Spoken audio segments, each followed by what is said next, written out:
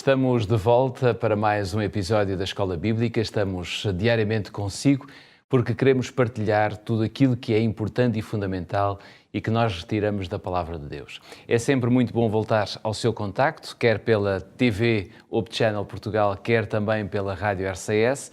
Já sabe que nos pode escutar e ouvir e ver nestes dois canais de comunicação. E para me ajudar, digamos que na conversa sobre aquilo que está escrito no livro de Romanos, nós temos sempre a companhia amiga do pastor Pedro Esteves. Olá Pedro, obrigado por estares connosco. Nós começamos sempre com o sumário. Hoje o sumário diz o quê? Vamos hoje tentar perceber que, mais uma vez, aliás, continuando a nossa reflexão, que o esforço para uma pessoa se salvar através das obras, ao contrário do que poderíamos imaginar, o que podemos compreender é que é o meio mais eficaz para uma vida de pecado, na verdade. Se tiver a sua Bíblia consigo, pode abrir em Gálatas capítulo 3, versículo 21.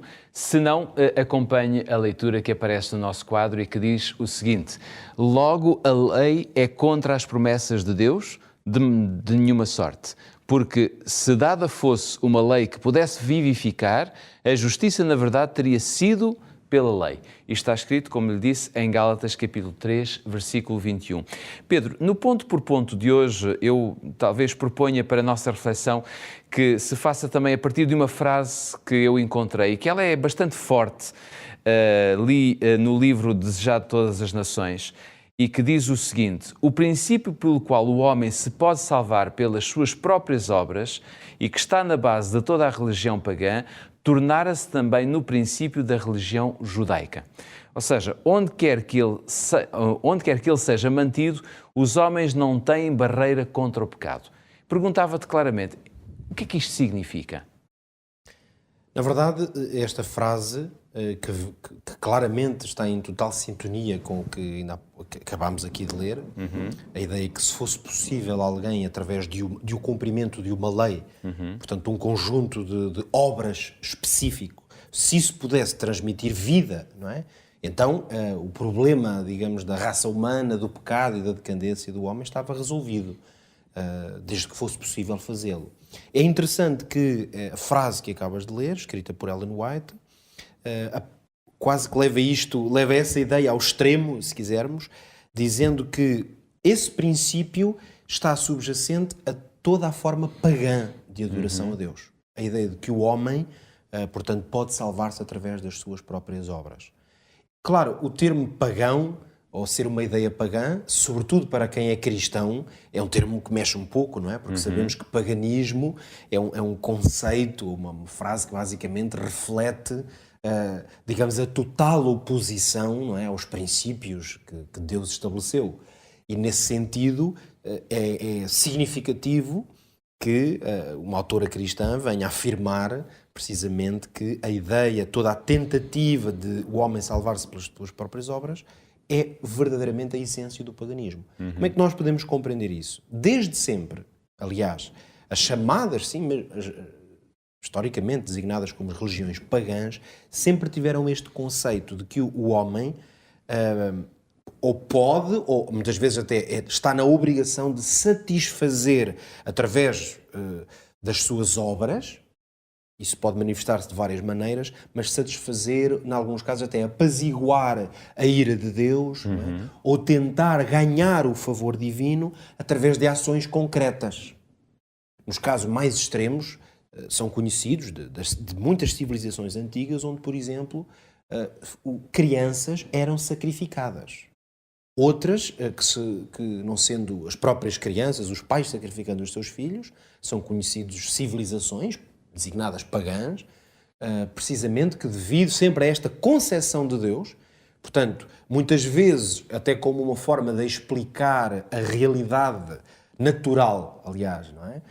E tentar mudar as condições naturais. Nós sabemos que muitas religiões pagãs, por exemplo, se há muito tempo não chovia, não é? Havia uma seca extrema e havia uma necessidade de mudar essa circunstância natural, a compreensão era que Deus, de alguma maneira, devia estar extremamente aborrecido com alguma coisa, e então a ideia era, vamos ter que cumprir aqui alguma coisa que seja uma tentativa de acalmar Deus, ou apaziguá-lo, ou fazer com que ele tenha uma ação diferente. E aí vamos encontrar povos com sacrifícios de pessoas, de escravos, ok, ou outras formas, esses são os casos mais extremos, mas também outras formas, nós vamos encontrar, se calhar já mais próximos de nós, mas em religiões também antigas, ou mesmo no tempo recente, vamos encontrar outras formas de ritualização, obrigação de cumprimento de rituais.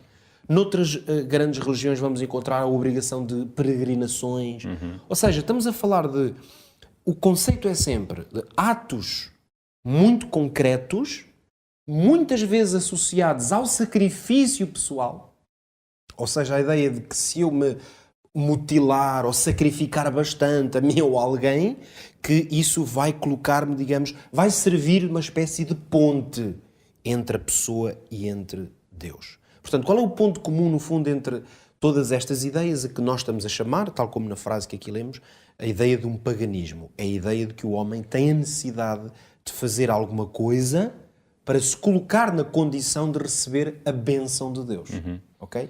E essa bênção, portanto, está diretamente associada àquilo que o homem faz.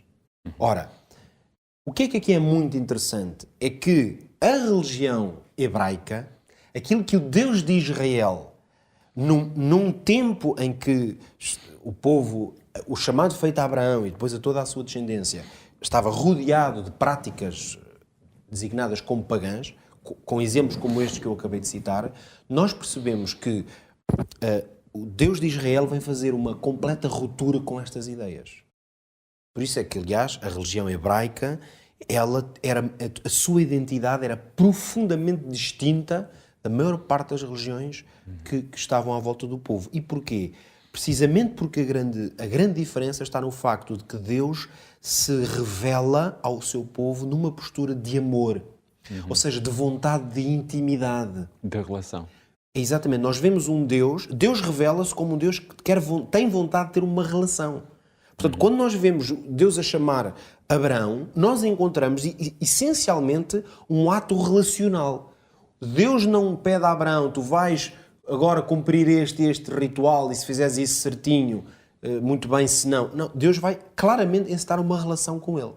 Claro. Nessa relação, e nós vamos encontrar, por exemplo, muitas mensagens através dos profetas.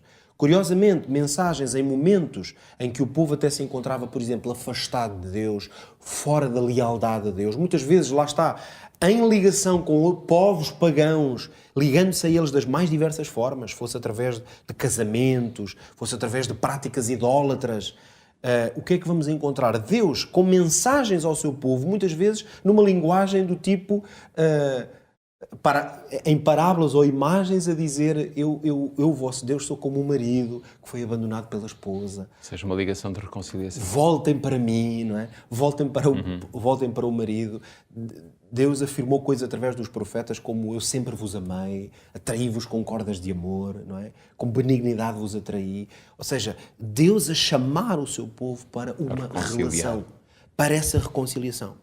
Por isso é que o próprio ato supremo da identidade cristã, que é no fundo a continuidade de tudo aquilo que Deus tinha dado ao povo hebraico, mais uma vez esta ideia de que não há aqui uma discrepância entre a velha lei e uma novidade em Cristo, porque o que Cristo veio fazer foi encarnar tudo aquilo que a própria lei e que a mensagem aos profetas já trazia. Qual foi esse ato supremo? Foi Deus, na pessoa de Jesus Cristo, se entregar, se sacrificar. Então, na religião cristã, o que é que nós encontramos? Ao contrário do paganismo, em vez de Deus exigir sacrifícios, o que Deus faz é que se sacrificou por nós. Por isso é que nós podemos dizer que, talvez pudéssemos colocar aqui no nosso quadro uma pequena ideia final de que o paganismo, nesta definição, é igual a quê? Ao egoísmo. É quando eu faço uma coisa, na verdade eu sou egoísta. Por isso é que podemos dizer que nem a lei, como dizia o apóstolo Paulo, pode vivificar, porque não é a tentativa de eu cumprir, seja o que for, que traz vida. Claro. Não é o meu sacrifício que vai promover vida espiritual. O sacrifício de Deus, que me ama e se entrega por mim, esse é que promove vida espiritual. 10 segundos para colocar tudo isto em prática. Sonde o seu coração, as suas intenções, veja onde é que no seu coração, tal como eu olho para o meu, pode existir egoísmo e como isso acabamos de ver é uma forma de paganismo, peça a Deus que o ajude a depender exclusivamente dele e não de si próprio. Fica aqui o nosso conselho. Espero sinceramente que este conselho possa ser útil neste dia e que Deus o possa abençoar. Nós voltamos no nosso próximo episódio. Até lá.